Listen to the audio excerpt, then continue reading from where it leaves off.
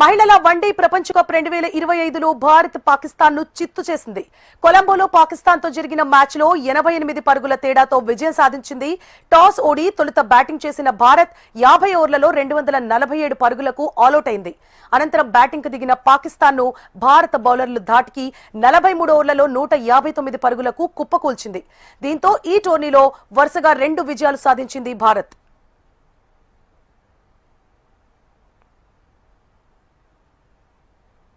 తొలుత బ్యాటింగ్ కు దిగిన భారత్ 240కి పైగా స్కోర్ చేసిందంటే అందుకు ప్రధాన కారణం రిచా ఘోష్. పాకిస్తాన్ బౌలర్లు క్రమం తప్పకుండా వికెట్లు తీయడంతో భారత్ తక్కువ స్కోర్ కే పరిమితమయ్యేలా కనిపించింది.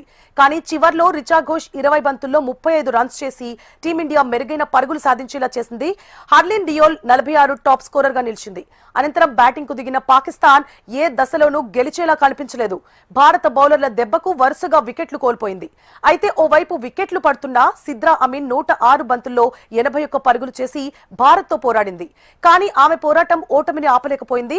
భారత బౌలర్లలో క్రాంతి గౌడ్ 3, దీప్తి శర్మ 3, స్నేహ్ రాణా 2 వికెట్లు తీశారు.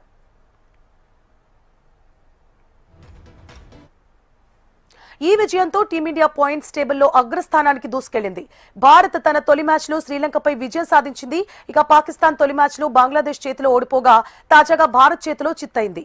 ప్రస్తుతం పాకిస్తాన్ పాయింట్స్ టేబుల్లో 6వ స్థానంలో ఉంది. అయితే ఈ విజయంతో వరుసగా 4 పాక్ పై భారత్ విజయం సాధించినట్లయింది.